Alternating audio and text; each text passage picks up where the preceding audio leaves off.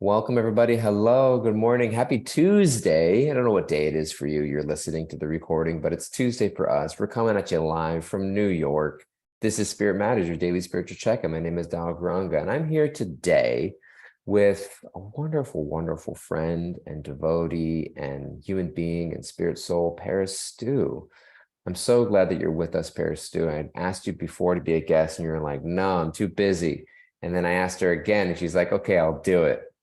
And so she's here, and I'm glad you're with us. You're somebody that I appreciate so much for your sincerity and how much you deeply apply yourself towards your spiritual practice of Bhakti.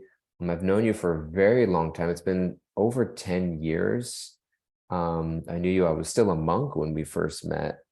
And so that was a while ago. And how eager you are to receive and to hear from other people and to take spiritual wisdom, and hungry you are for spirituality. And there's a lot of enthusiasm with that. And you always reflect it back with a lot of realization and depth and clarity. And you're a great note taker. Nobody can see her notes, but she's a great illustrative note taker. And just grateful for you in many ways and inspired by you. And I'm glad that you're here and to share you with all the people that are listening. You're amazing, Dale. I really pray that I can be all the great things that you say and really be hungry in my spiritual life.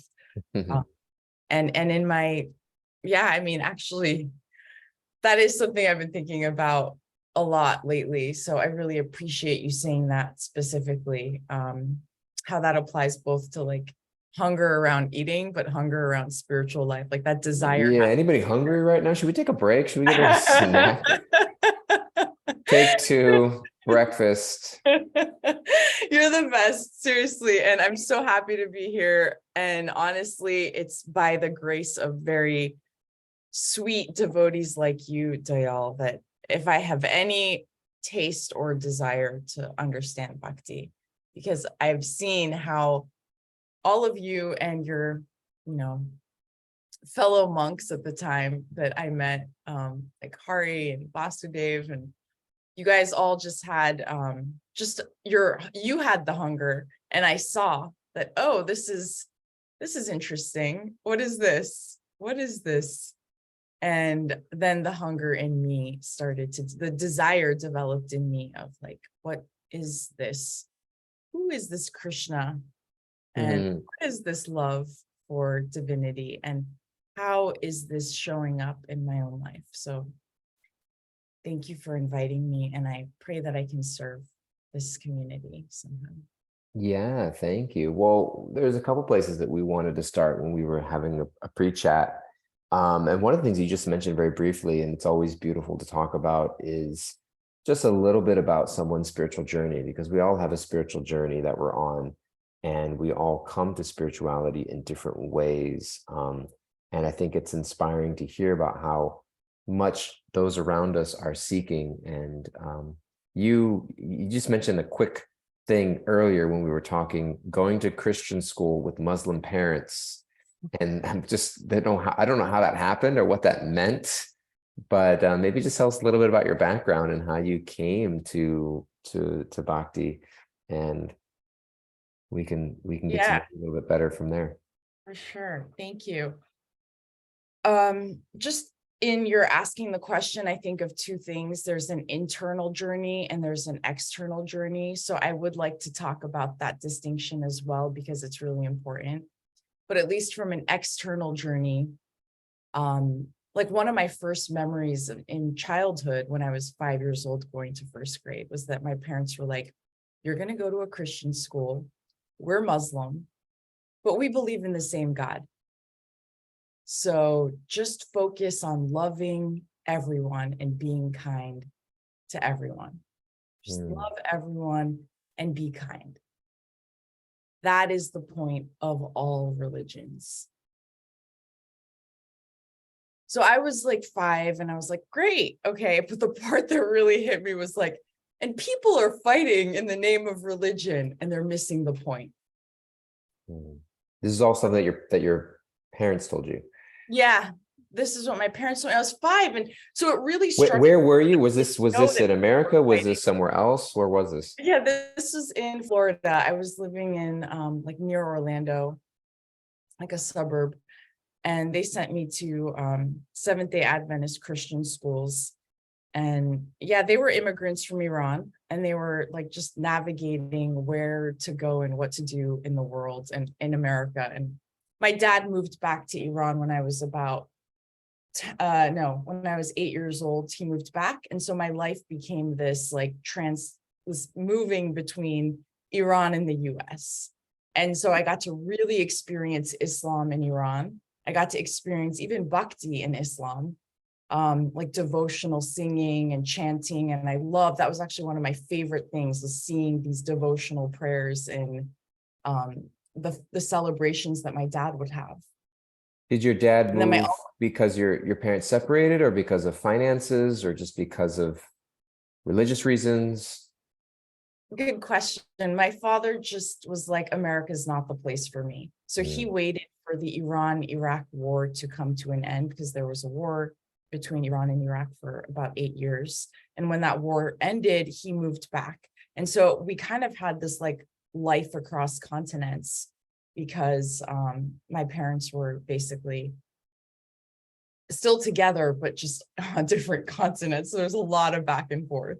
Yeah. Wow. So you were going back and forth from Florida to Iran, and you were telling about, you had this multifaceted religious, spiritual experiences doing both of those things. Yeah. And when I'd go to Iran, it was always like, well, what's it like in America? And which place is better? And what are you learning there? What are the songs you're singing? So the kids always ask me, what songs are you singing there? And then I would like sing, I don't know, some of the songs I learned in school, like, I am a promise, I am a possibility, I am a promise with the capital P. I am a great big bundle of potentiality with the capital P. And if I'm willing, woo, to hear God's voice, and if I'm trying, woo, to make the right choice, I am a promise to be anything God wants me to be. Thank you so much, everybody, for coming. That's all the time we have today. We want to leave you on that note. That is all we wanted to share for today. I think we can go out with a bang right there.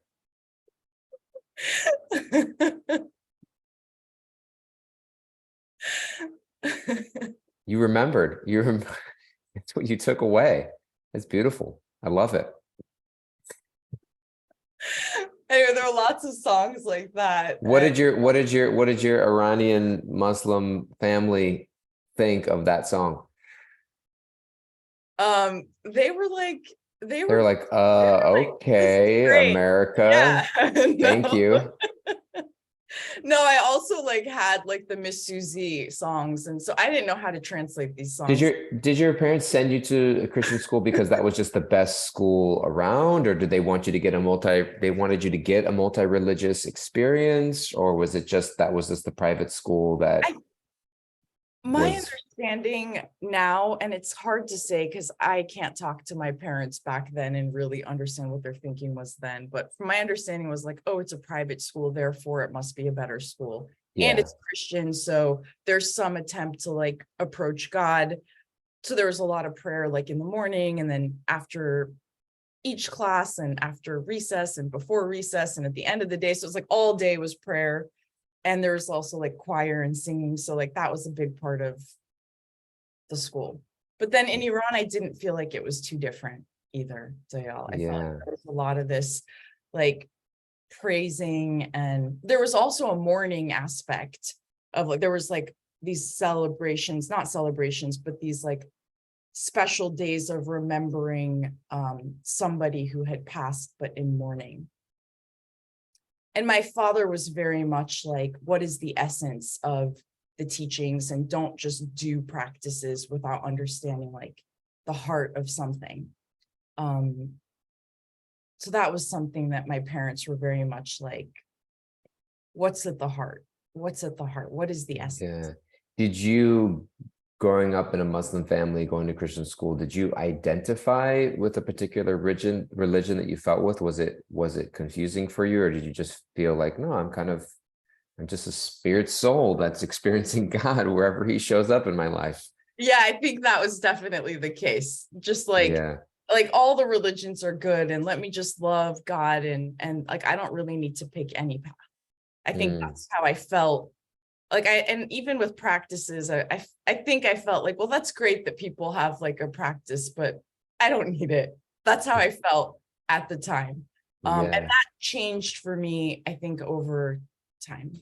Just became clear that it is good to have a practice, and I do need to commit to something for many countless reasons after doing lots of research and studying philosophy extensively. But Yeah. Well, how did that fast forward to your journey today? How did that mold? Because at a certain point, I know that we met around reading the Gita and coming to Bhakti and coming to your spiritual practice today. So how did that, you didn't necessarily end up in either of those kind of designations, so to speak, but kind of it catapulted you to a new place that you are today. So where did that, after finishing school, and how did that get to your spiritual life today?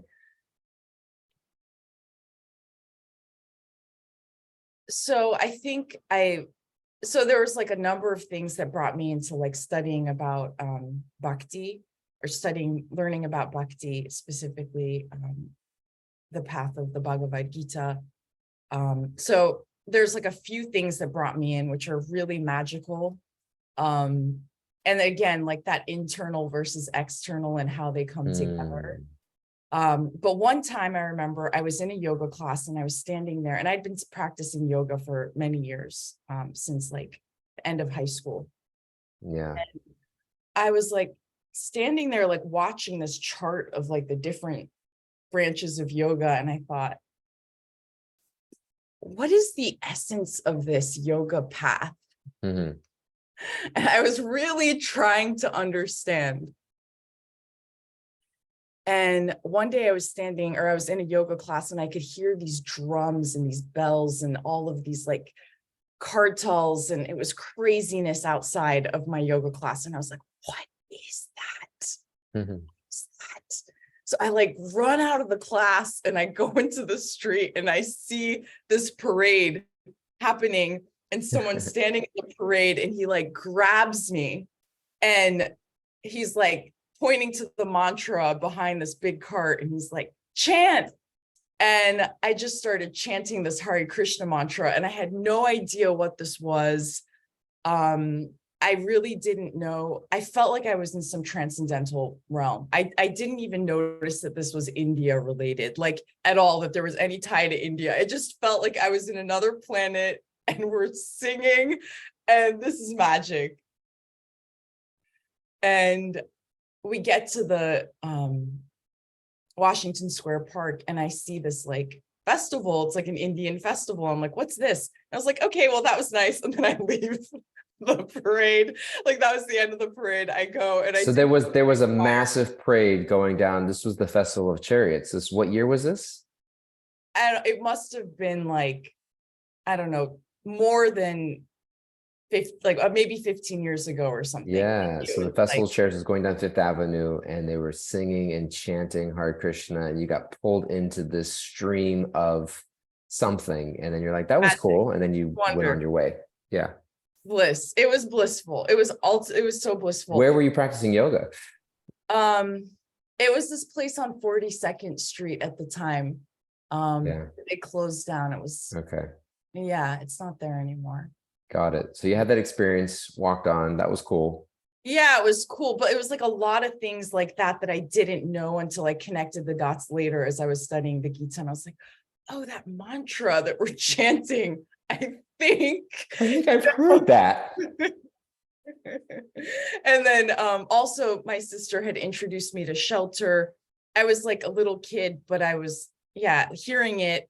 And in fact, she was, yeah, when I heard the lyrics of Shelter, and I heard, a lot of the music is very much about understanding our relationship with the, like who we are as a Yeah. soul. relationship with God. And the chants were also very special. And I remember thinking, what is this? What is this? And the desire was there. And then later I realized, oh my God, the Prabhupada was speaking in the tracks, and like it really blew my mind that like the worlds collided. And as I was studying, it was like, oh, became revealed that but I don't even know if I answered your question, Zoyal, which was you did great. And the question, what I wanted to follow, what I'm hearing from you is that you've had a multifaceted spiritual journey from a very early age, born of Muslim parents and went to Christian school. And there was, which I think is also credited to you, because a lot of times we may have spiritual upbringings, but we don't necessarily take it upon ourselves to pursue that upbringing or to pursue that calling or that path. And it seems that you've had a spiritual spark in you that has fueled a search and a journey to understand truth and to understand God and to understand yourself and other people. And that question that you were asking, what is this? What is this? What is this? It's the sense of what is out there waiting for me. There's something there for me to connect to. And that's, the word yoga means to connect. And I think that there is it was either C.S. Lewis or it was Richard Rohr that mentioned something to the effect that our homesickness is our compass that leads us towards a sense of something is feeling incomplete about my experience in this material world. And there's something that's feeling incomplete about everything I have. And sometimes we have, life seems to fall apart materially, and there's a sense where I got to put it all together. And much of our time and energy is just trying to put the pieces of the material world together to fit like some perfect puzzle, without realizing that all the pieces aren't even in the box. My wife and I started doing puzzles a little while ago. We never finished, but this is especially, our dog Jiva is 3 years old now, but especially when he was a younger puppy, he would eat some of the puzzle pieces and we'd be like, great. We don't even know what puzzle he just ate. And we would have like a little bowl or a little dish on the side of like half-eaten puzzle pieces that we would at least want to keep, so we knew how many puzzle pieces, but you didn't even know exactly how many puzzle pieces were there because it was just sort of a mishmash of colored cardboard. But so you're trying to finish the puzzle without realizing that all the pieces aren't even in the box. And so we either spend a bunch of our time in the material world trying to put together a puzzle that the pieces aren't there, or when the pieces seem to come together, we're sometimes confused because it still feels like something's missing. And so some of us, I think spirituality is the recognition that there's something missing that's non-material. And when I don't realize that, I'm just trying to find the next thing in the material world, whether it's a career, whether it's whatever it might be. And I think that for you at a very young age, there was a recognition that there's something spiritual that I needed in my life, a connection to God, a connection to source, a connection to self. And you had a lot of exposure to that. And as you came into adulthood, there was still a yearning and a searching for that.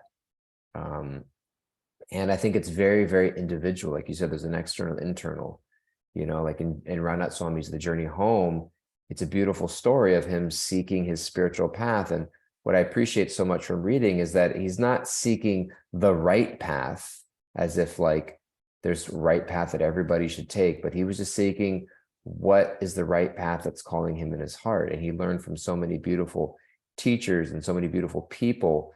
And it wasn't that they were wrong or incorrect or bad, but it was just he was looking for the place where his heart felt like home. And I think we all have to do that for ourselves. And where does my heart feel at home? And you've been on that journey. And when you were coming out of the yoga class, it was like, what is this? yeah. Kind of like what was it? What's like Jack the Pumpkin King when he found Christmas land and he was like, what's this? And he was excited about like what had he discovered. And so I was appreciating that journey, and I appreciate you continuing to be on that journey because I see that hunger in you, as I mentioned in the very early beginning. So, so I think you answered the question beautifully, and I got all of that appreciation from you on your journey. I think you're a beautiful example of a seeker, and I think that all of us in our spiritual lives need to remain seekers. I don't think we get to a place where it's like, I found it, I'm done, I did it. What's next? It's like, no, I have to continuously be seeking and deepening and developing. And so, thank you for all of that. I love that. Like, I'm not done. And that's actually like thinking that I'm done is the death of me, or thinking that I've Mm, arrived. It's almost like, yeah, how do I keep learning and applying and deepening and really, um,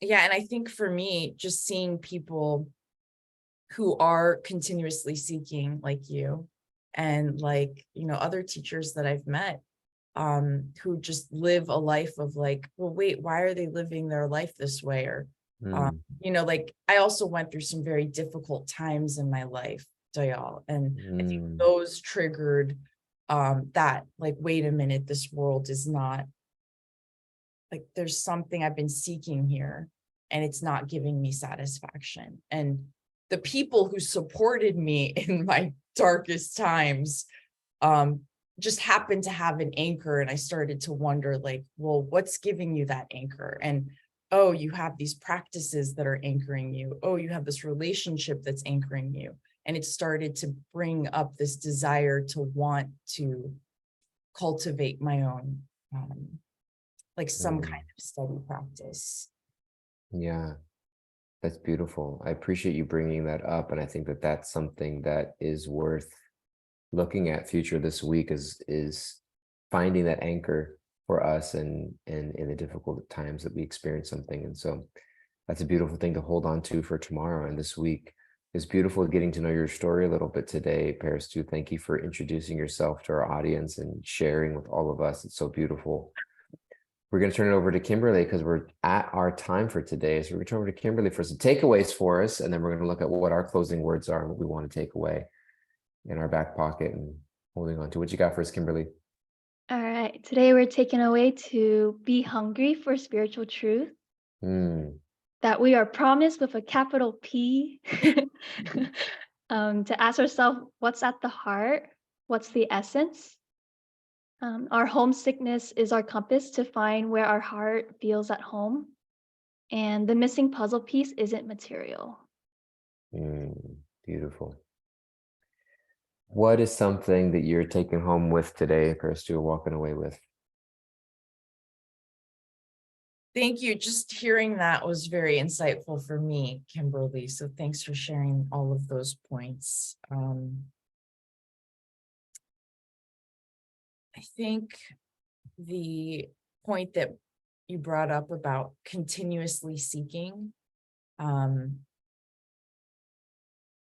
and being able to nourish myself and relish the experience of spiritual life, and Mm, really try to enter into that. mm, That's like what seeking is actually. There's like a relishing, and that's coming back to that point of like making the experience my own, um, is really to digest also the experience, to allow myself the space to reflect. And I think just the overall theme and what this is doing for me, this conversation is helping me to go deeper into, um, just digesting my life and my experience with you, right? It's like the Sangha helps to also go deeper. yeah, beautiful. Thank you so much for that, Paris, too. And I think I'm taking away something similar. What I really appreciate, I know that you also spent in a Holy Name immersion last weekend or the weekend before with Satyanandan Swami, and we were discussing that a little bit in our pre-chat. And something that he focuses so much on is making spirituality your own through your own personal experience. Something that he mentioned once was, we could talk about this more this week also, is that he wasn't looking to join a movement or a group but that he wanted to adopt a spiritual practice, a process for connecting to God deeply. And I think that sometimes spirituality or religion becomes that, where it's just a group that we're a part of. It's a designation that we just kind of give ourselves and feel a part of something without recognizing that this is meant to be an experience that I have on a regular basis that I need to seek and find and validate for myself through that experience. And so the takeaway for me is just where am I finding that experience and investing in that for myself? It's easy to get lost. So thank you, Paris Stu. Thank you, Kimberly. Thank you all so much, our live listeners, and also for you tuning in wherever you are from. We're grateful that you're here. Look forward to spending the week with you, Paris Stu. Thank you so much. Thank you so Please much tune in for having me. tomorrow. Tell somebody you love them, and we will see you all again soon. Bye-bye. Thank you.